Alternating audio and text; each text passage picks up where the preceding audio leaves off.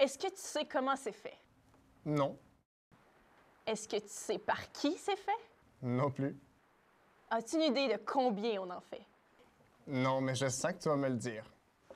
Au Québec, on ne fait pas seulement du sciage ou du papier, on sait innover.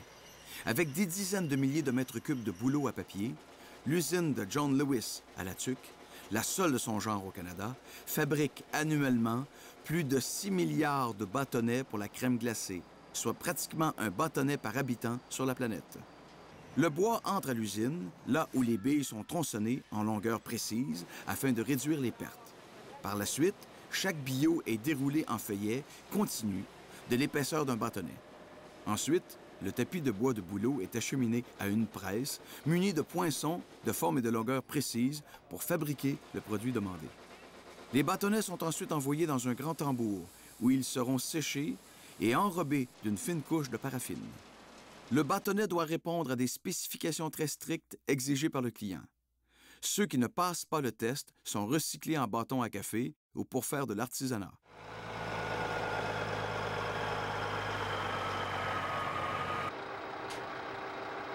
Le bois de sciage génère toutes sortes de produits, comme le fameux 2x4 utilisé en construction, aussi bien que la planche qui sert à fabriquer les meubles.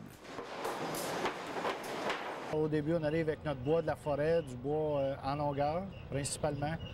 Ce qu'on voit, on coupe notre bois est pris par clamé, on coupe tout ça en billes de 12 pieds. Si on recule de seulement 20 ans, 25 ans, c'est des potes géants qui se fait dans le bois d'œuvre. Par exemple, ce sont des lecteurs optiques qui calculent très précisément ce qu'on peut retirer d'un billot afin d'éviter la moindre perte de bois.